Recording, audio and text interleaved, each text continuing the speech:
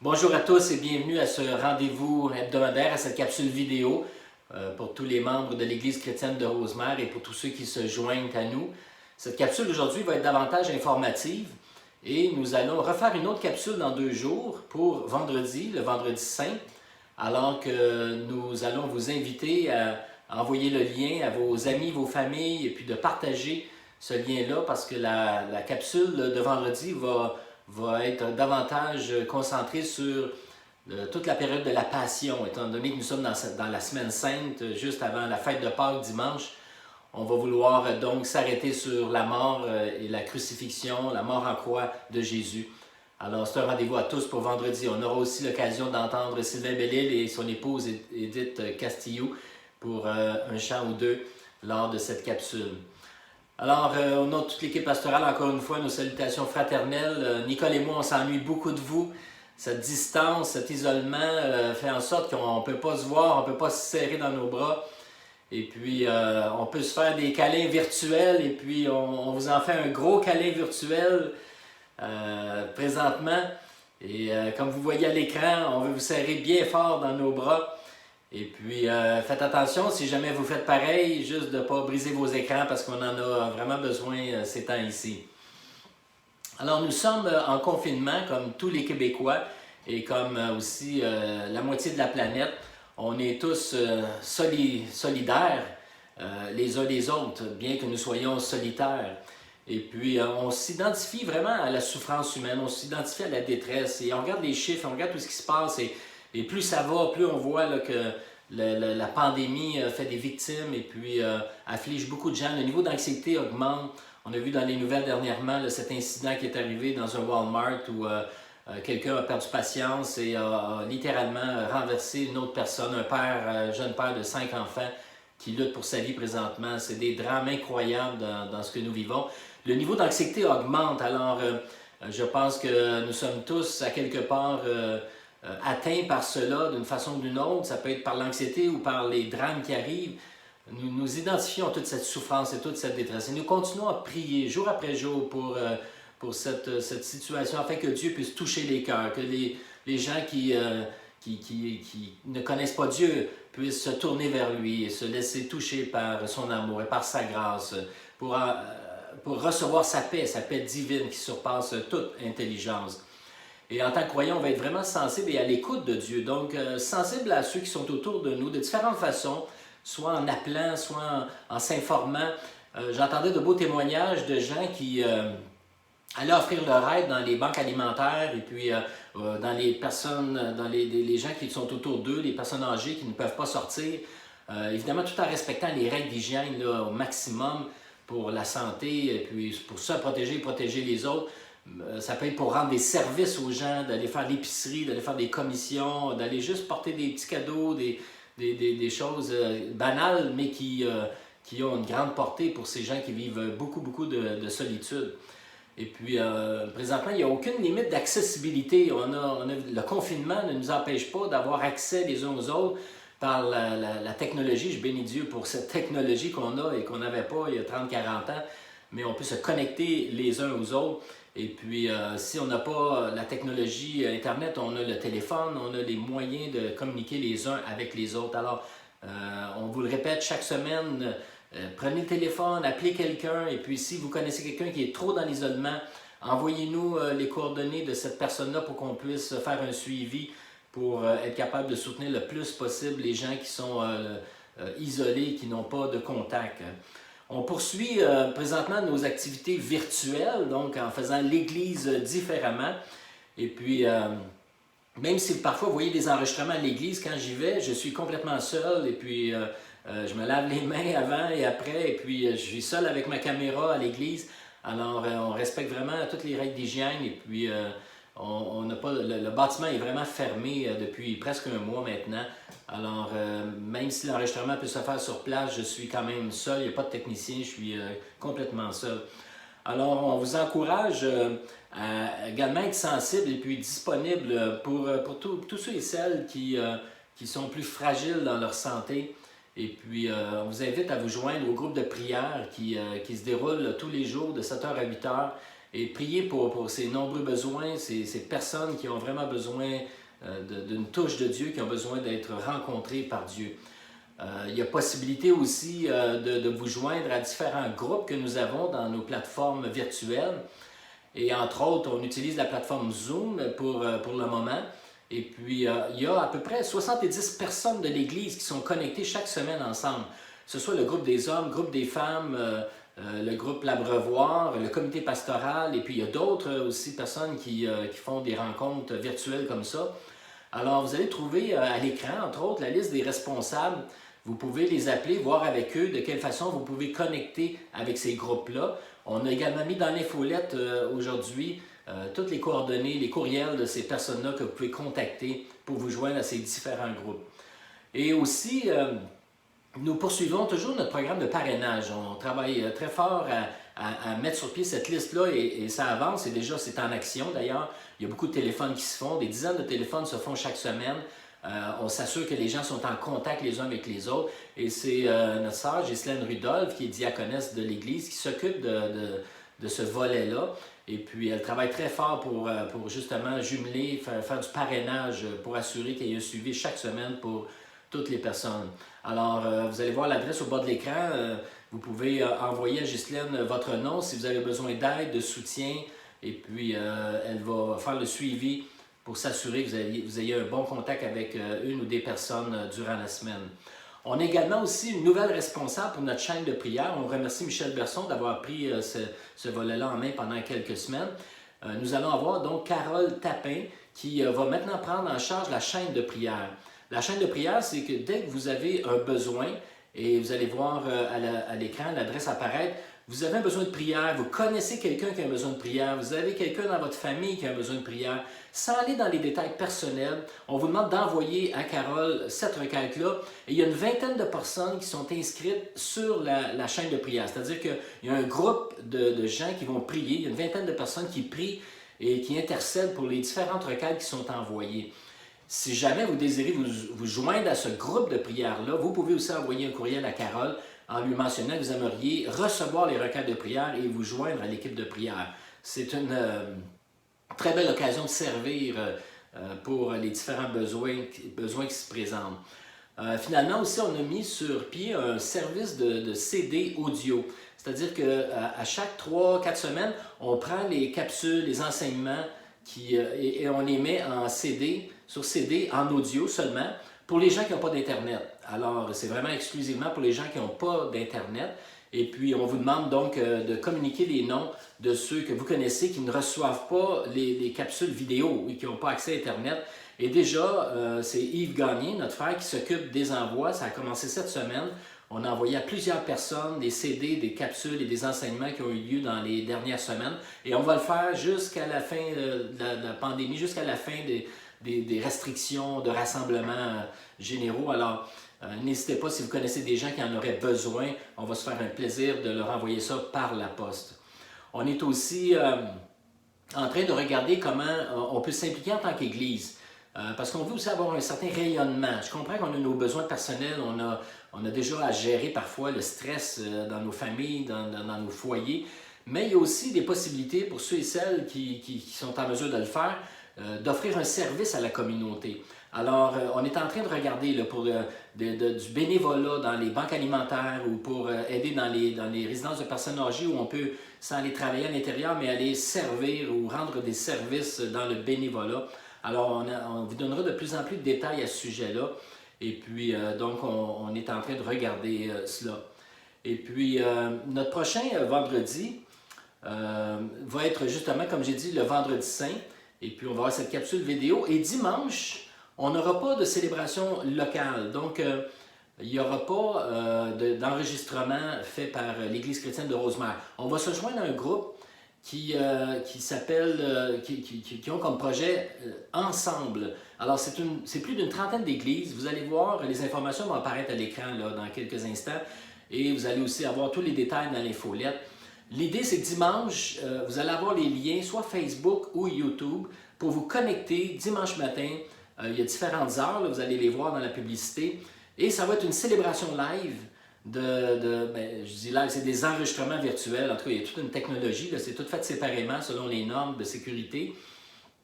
Et on célèbre Pâques ensemble. Et on va être au moins 30 à 40 églises à le faire. Alors, on veut se joindre à ce groupe-là qui s'intitule Ensemble. Et puis, je vous laisse juste une minute pour regarder cette petite publicité qui a été faite pour ce projet-là. Et je reviens immédiatement après.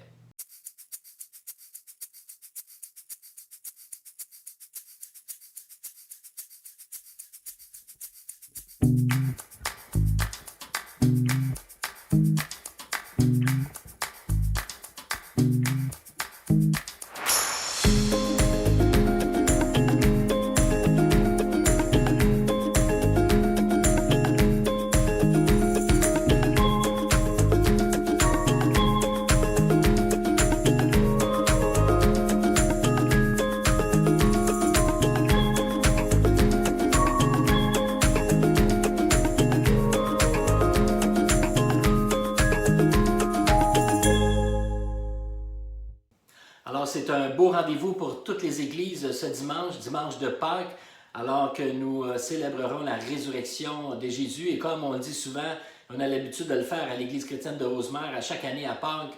Jésus est ressuscité. Il est vraiment ressuscité. J'entends, il est vraiment ressuscité. Exactement, nous allons célébrer la résurrection de Jésus tous ensemble avec les églises. C'est un beau témoignage d'unité.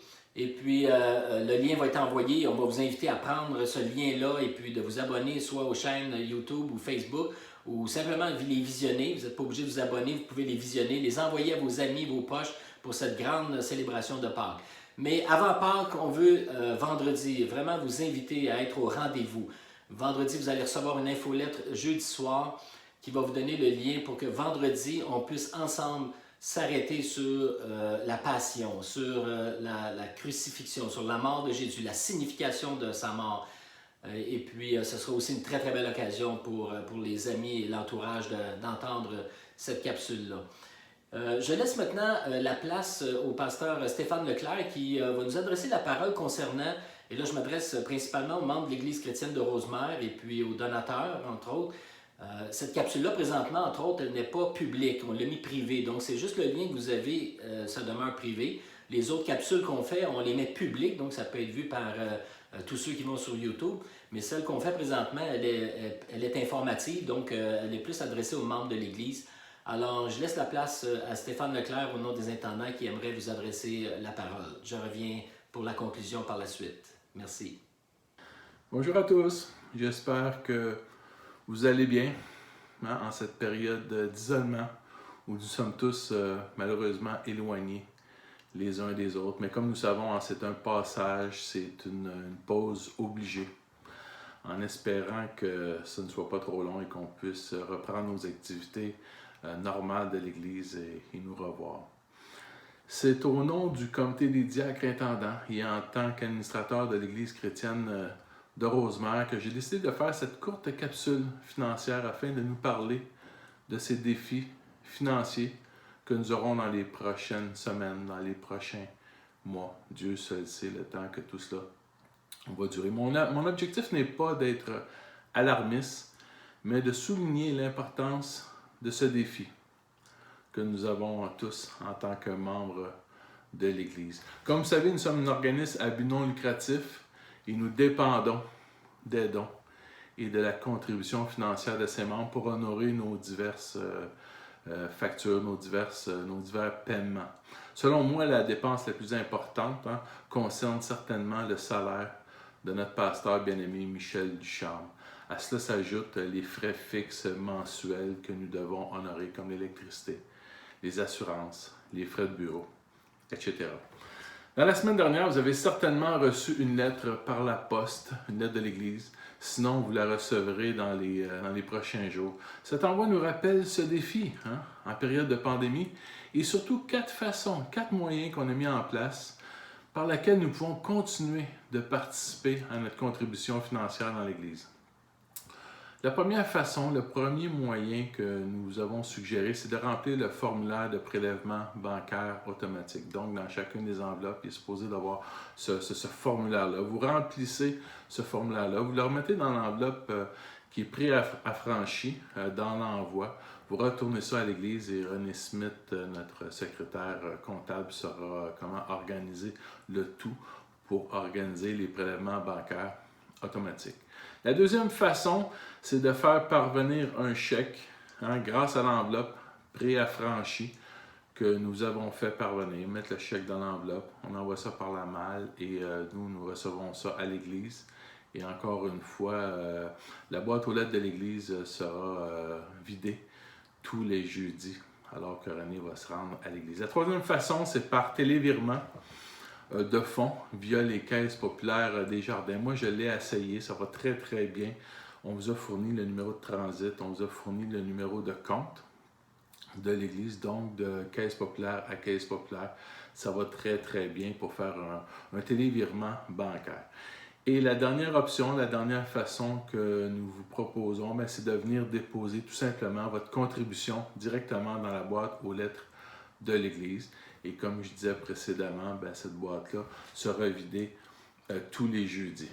Vous avez des questions pour les prélèvements bancaires ou le télévirement, vous pouvez toujours écrire à notre secrétaire comptable, René Giroir, @live.ca. René Giroir, en un seul mot, @live.ca. Nous comprenons très bien que certains d'entre nous ont perdu leur emploi. Et le but de cette capsule financière n'est pas de mettre de la pression sur personne. Au contraire, on se comprend très bien là-dessus. Mais plutôt de nous sensibiliser pour ceux qui ont toujours une capacité financière de contribuer par un don. Je vous remercie déjà franchement pour votre générosité et votre contribution dans cette période qui est difficile. Je sais que l'Église chrétienne de Rosemère est une Église très, très généreuse et je sais que nous saurons certainement, sans aucun doute, relever ce défi tous ensemble, malgré qu'il va y avoir tout de même une baisse au niveau des rentrées, au niveau des dons et des offrandes. Je terminerai en vous disant tout simplement que Dieu vous garde, que Dieu soit avec vous en cette période assez spéciale, franchement. On vit ça tous de notre façon, chacun de notre côté. Profitons de cette période pour nous rapprocher de Dieu, au travers la prière, au travers la parole de Dieu, par son esprit. Et au plaisir de se parler bientôt, par téléphone, peut-être par courriel, Facebook, Messenger, tous les moyens qui sont à notre disposition. Encore une fois, merci pour votre collaboration dans ce défi que nous avons. Et surtout, pour votre fidélité à l'Église, votre fidélité à ce beau projet que nous avons ensemble. Que le Seigneur vous garde. Amen. Alors, merci Stéphane, merci aux intendants, à René, à tous ceux qui travaillent pour communiquer la manière comment nous pouvons acheminer nos dons. Merci pour votre générosité, votre fidélité. On doit maintenant apprendre à donner différemment et ça peut durer encore quelques semaines, donc c'est important de pouvoir être fidèle dans nos engagements. Je vous laisse avec ces deux textes bibliques de l'apôtre Paul qui sont en fait des prières adressées à Dieu et c'est des prières que j'adresse à Dieu pour vous tous et pour chacun de nous. Le premier texte, nous le retrouvons et vous allez le voir à l'écran dans Éphésiens chapitre 3. Au verset 14, il dit ceci. « C'est pourquoi je me mets à genoux devant le Père, de qui dépendent comme d'un modèle toutes les familles des cieux et de la terre. Je lui demande qu'il vous accorde, à la mesure de ses glorieuses richesses, d'être fortifié avec puissance par son esprit dans votre être intérieur, que Christ habite dans votre cœur par la foi. Enraciné et solidement fondé dans l'amour, vous serez ainsi à même de comprendre, avec tous ceux qui font partie du peuple saint, combien l'amour de Christ est large, long, élevé et profond. Oui, vous serez à même de connaître cet amour qui surpasse tout ce qu'on peut en connaître, et vous serez ainsi remplis de toute la plénitude de Dieu. À celui qui, par la puissance qui agit en nous, peut réaliser bien au-delà de tout ce que nous demandons ou même pensons, à lui soit la gloire dans l'Église et en Jésus-Christ pour toutes les générations et pour l'éternité. Amen. Et ce deuxième texte dans Colossiens 1, verset 11, Dieu vous fortifiera pleinement à la mesure de sa puissance glorieuse, pour que vous puissiez tout supporter et persévérer jusqu'au bout, et cela avec joie. J'aimerais qu'on puisse prendre juste un moment et prier avant de conclure avec un dernier chant. Seigneur, merci pour cette parole des Écritures, cette prière de l'apôtre Paul qui est adressée pour tous les croyants, qui s'adresse aussi pour nous aujourd'hui. Cette prière qui demande que nous soyons fortifiés par ta force souveraine, que tu sois toi-même celui qui nous fortifie. Je te prie pour chaque personne qui est à l'écoute présentement, ceux et celles particulièrement qui vivent de l'anxiété, qui vivent de l'incertitude, des inquiétudes. Je te demande d'accorder ta paix, de fortifier intérieurement toute personne qui en a besoin, de nous amener à vivre notre foi pleinement en toi, de garder les yeux fixés sur toi. Et nous savons que tu as la puissance de relever celui qui est tombé, de relever celui qui revient à toi, de ranimer la foi, la flamme de la foi pour ceux et celles qui se tournent vers toi. Seigneur, en ton nom Jésus, nous prions pour chaque personne afin que tu puisses fortifier tous et chacun, et tout cela pour ta gloire. Amen. Alors donc, notre prochain rendez-vous, c'est vendredi pour souligner justement ce moment historique de la mort et la crucifixion de Jésus. Et au nom de toute l'équipe pastorale de l'Église chrétienne de Rosemère, on vous salue chaleureusement et puis on vous dit soyez tous bénis de Dieu. J'aimerais vous laisser avec un dernier chant que j'aime beaucoup, qui est un vieux cantique qui s'intitule « Compte les bienfaits de Dieu ». Que ce soit un baume pour chacun de nous, sur nous, pour nous aider à réaliser que malgré la pandémie, malgré tout ce que nous vivons, malgré toutes les restrictions, nous pouvons compter les bienfaits de Dieu à notre égard. Cette version renouvelée de ce vieux cantique par le groupe Héritage et avec Sébastien Demré est très édifiant. Alors, je vous souhaite de passer une bonne semaine, du reste de la semaine, et puis on se voit vendredi. Que Dieu vous bénisse. Amen.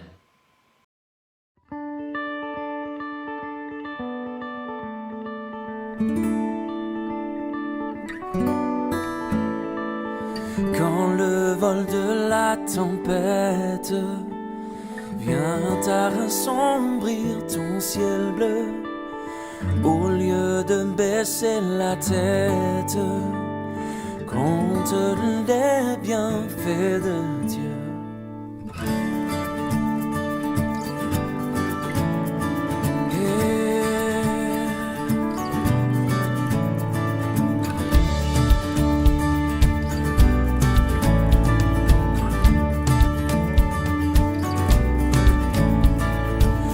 Sur la route glissante, tu chancelles sous ta croix. Pense à cette main puissante qui t'a béni tant de fois. Compte les bienfaits de Dieu, mets-les tous devant tes yeux, et tu verras en adorant combien le nom en est grand.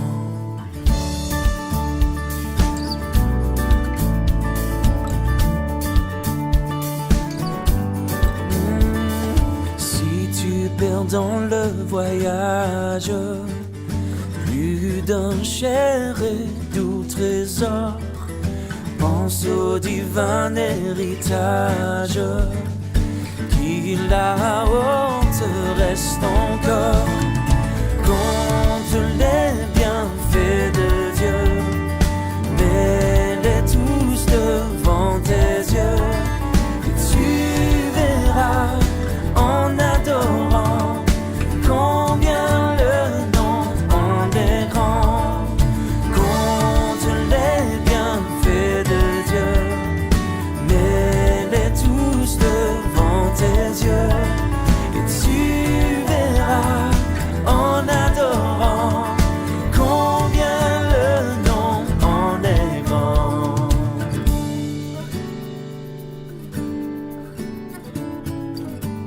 Yeah.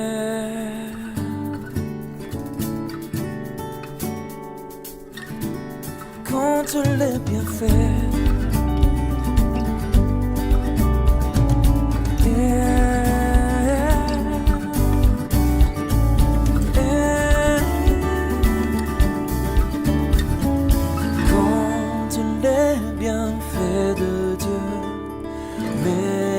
tous devant tes yeux et tu verras en adorant